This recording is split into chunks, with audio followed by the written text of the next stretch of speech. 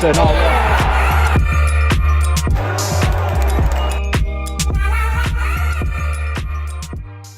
Yes lads, it's the Football Fan Team boys here, and today we are going to be rating every Premier League club's transfer window this summer. The best ones, the worst ones. We look at Premier League sides' ambitions and also the signings they've made. Do they fit the ambition that all these Premier League sides have for the forthcoming season?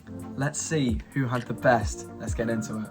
Starting off with Bournemouth, and I'm not going to lie, pretty disappointing from them. I'm going to give them a 4 out of 10. So I'm Marcus Tavernier from Middlesbrough. Senesi obviously came in from La Liga, but they haven't signed players that can keep them in the Premier League, and that's exactly what they needed to do. Pretty disappointing window. They've lost Parker as well. I'm saying 4. It's why you see in their first 5 games they've not done particularly well. They've only won 1 game, that's against a really out of form Aston Villa. But I'm going to go ahead and give them a 3 out of 10. I really don't rate their business that they've done in the summer transfer window. On to these lot, the Arsenal. We were cooking this summer at the start until we just stopped signing players. After Zinchenko, it got a bit dry. But we have signed the likes of Fabio Vieira, Jesus, Zinchenko, pretty big names across the country. But what can I say? I'm going to go ahead and give it a 7 out of 10. I'm also going to give Arsenal a 7 out of 10. I think their departures are what you've got to look at. They've got rid of a lot of deadwood, Bellerin, Lacazette, Mavropanos, players that were really never going to play for the club again. And obviously Jesus and Zinchenko, they're very, very good players to bring in. But overall, Arsenal's business has been very good. They've got rid of players they don't want. Aston Villa have had an alright window in my opinion. I'm going to give it a 5. They brought in Dendoncker, which is the centre mid they needed. He can also play centre back as well. Diego Carlos from Sevilla, that's another very good signing. And obviously we know what Felipe Coutinho can do. They've made his deal from Barcelona a permanent deal. I'm going to say 5 however though, because I don't think they have enough depth to, they want to challenge for Europe, Aston Villa. I don't think they're anywhere near that currently. Based on their current form, I'm sort of getting a little bit of a bias here, but I'm going to go ahead and rate their window a 4 out of 10. They haven't done enough to prove that they are worth fighting for the higher mid-table places. It's not looking good for them right now, and I don't think their business reflects it either.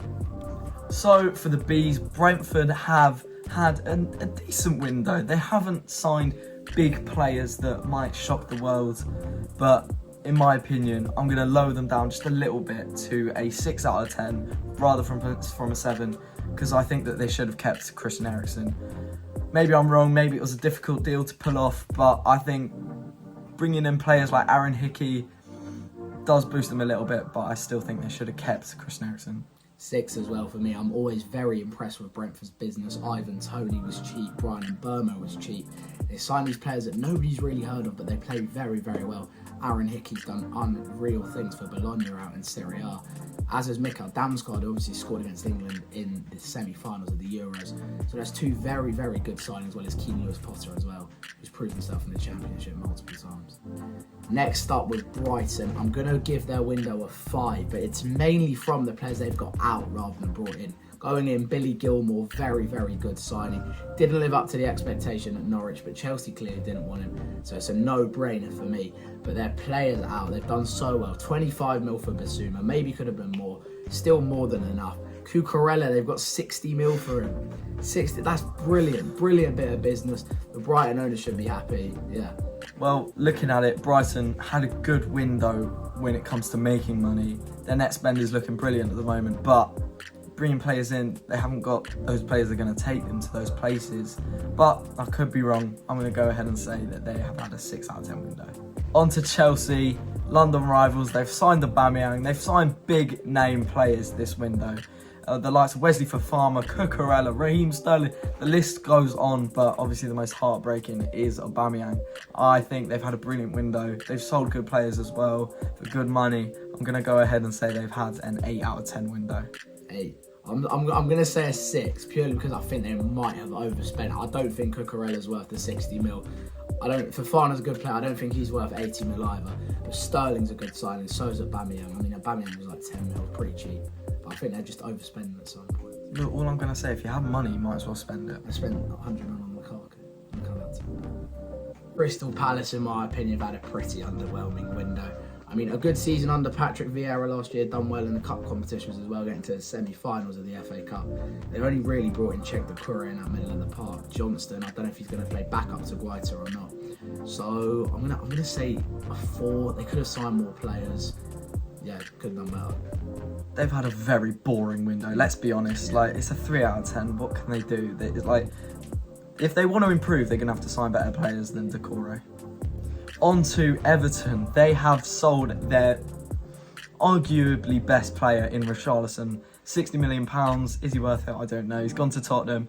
But they have made a few good signings as well, bringing in the likes of Garner, and Onana.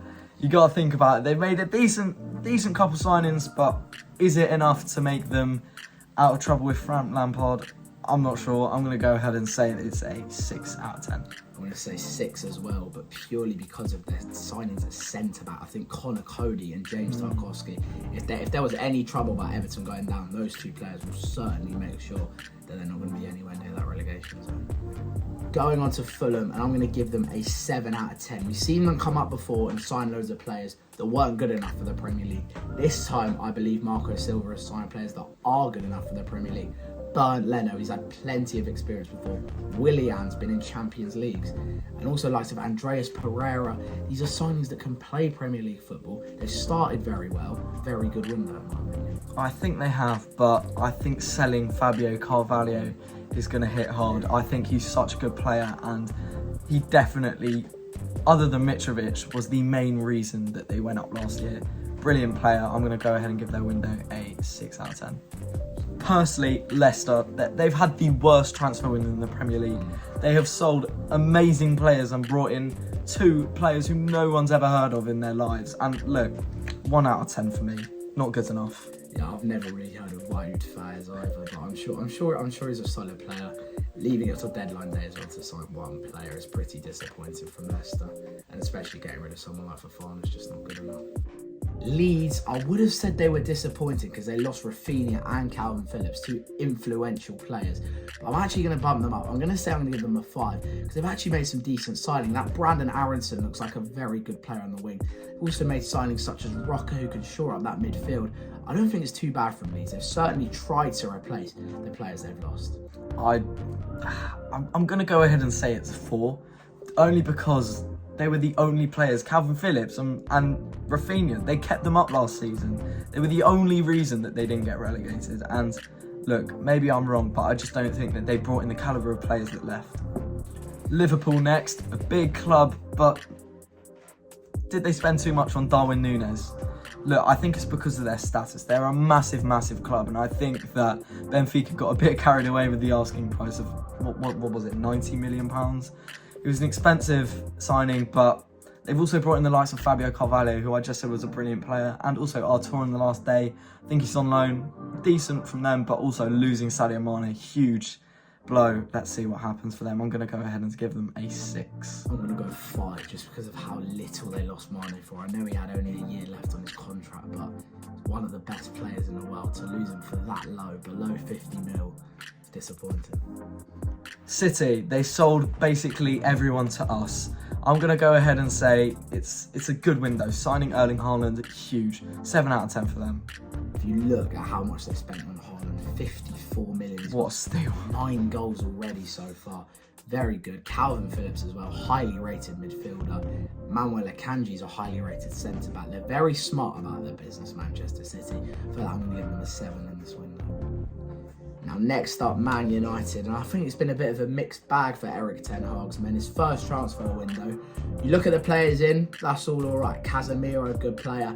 Antony, good player, although I think they might have spent a bit too much on him. But you look at the also Malacia, very good from what we've seen so far. The players that have left, Pogba on a free.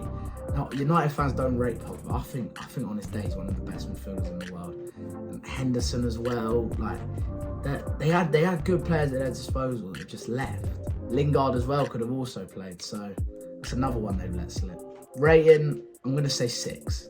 Man United, look, it's good and it's bad. Pogba is awful. What have they done with that? They spent 100 million on him. He was a record transfer at one point, and then they've just let him go for free.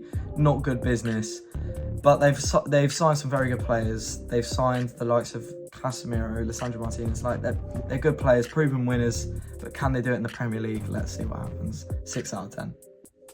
Newcastle have an interesting window. They've signed players, but we're not sure if they're up to Premier League standard. Alexander Isak's debut goal at Liverpool could suggest otherwise. Sven Botman as well coming into defence. What I really like about their business is Nick Pope. I think he's one of the most underrated goalkeepers in the league. We've seen against Liverpool and City. He comes to claim crosses. He takes that pressure off the defence. I think he's very good. I'm going to say a 6 for Newcastle. I agree with everything he said, but I'm going to bump that up to a 7. I think all those signings they've made, and especially releasing all that deadwood they had, good window for them, 7. Who haven't Nottingham Forest signed this window?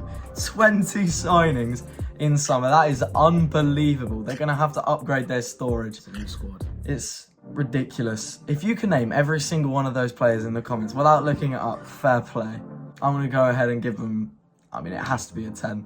They've upgraded their squad so much with every single player they've brought in. A lot of the players they had last season were loans as well, the likes of James Garner, players like that. Some of the players they've brought in have been of a real high standard. Emmanuel Dennis, Kouyaté, he's proven in the Prem. Lingard, I mean, he's played at World Cups, and Henderson as well. But one of the transfers I've been looking at as well, it was a deadline day move yesterday. Josh Bowler from Blackpool. Only 6 million, but Blackpool fans really highly rate him. He looks like a very, very good talent. And he's gone on loan to Olympiacos this season. It'll be interesting to see how he does. So that's, I'm going to say, a 4. I think they could have done better if they're looking to stay in the Prem. I've said it. I really don't think their squad is good enough. Losing Armando Broja as well, going back to Chelsea, is a big one. 2 signings I have been impressed though, both from Manchester City. Gavin Bazunu, although he snaked Portsmouth, they were Southampton's rivals. I don't know if Pompey fans are happy with that. But also Romeo Lavia in the middle. We saw him score against Chelsea the other night. He looks like a very good signing and a shrewd piece of business. Southampton, boring. I'll just be honest. Oh no. 3 out of 10. 3. It doesn't get much worse. They've signed who? Like, let's be honest. From anyone who's watching this, if you can actually tell me what those signings have done to prove why Southampton should sign them, like, That is true. I just don't get it. There's a lot of inexperience. Definitely. 3. Tottenham Hotspur. Everyone rates it. I don't. Of course you don't. No, well, yeah, fair enough. Look, they've brought in good players. They brought in Basuma, who I rate very, very highly, to be fair. That is their only good signing. Maybe Perisic. But I'm sorry, you're telling me that Richarlison's a good signing. He's not a good signing. He's a good player. He's not a good signing for £60 million just to sit on the bench over Harry Kane. Like, I don't get it. I don't get it. 5 out of 10. I'm actually going to say 7. I've actually been really impressed. Not with the signings. I've been impressed with the players they've got rid of. Winks, Lo Celso, Bergwijn and Ndombele. So much deadwood. Rodon as well. They've gone out the club. Allowed players like Perisic to come in. I think Antonio Conte knows what he wants at White Hart Lane. Wolves, another boring one, let's be honest. Like, they haven't signed anyone interesting. They should have let go Pedro Neto because we need a winger desperately, but I'm not going to let the bias spread into this video. Already has as well. Yeah, but look, 4 out of 10. Nothing special, but nothing too bad. I want to say 4 as well. You look at the players they've signed, Gonçalo Guedes, Matheus Nunes. We don't really know much about them, if they're proven in the Premier League or not. That could come back to bite. It could be a 7. They could be unreal players, but we don't know a lot about them. Ending the video off with West Ham United. I'm going to say 6. Lucas Paqueta, unreal signing. Less than 40 mil as well. Very good player. Scamacca, we're hearing big things of, scoring over 10 goals in Serie A last season. I think they've got rid of Deadwood as well. Diop, Masuaku, Fredericks. They're players you don't want at the club. I think they've done exactly what they needed to do this window. They have increased their size of the club, which is all they needed to do. They didn't have energy last season, and now they have squad depth. That's what they needed. That's what they've done, and I'm going to give them an 8 out of 10. Thanks for watching today's video. I thought it was quite interesting to hear about some of the windows that the Premier League clubs have had. Subscribe, like and comment, and me and Jake will see you in the next one.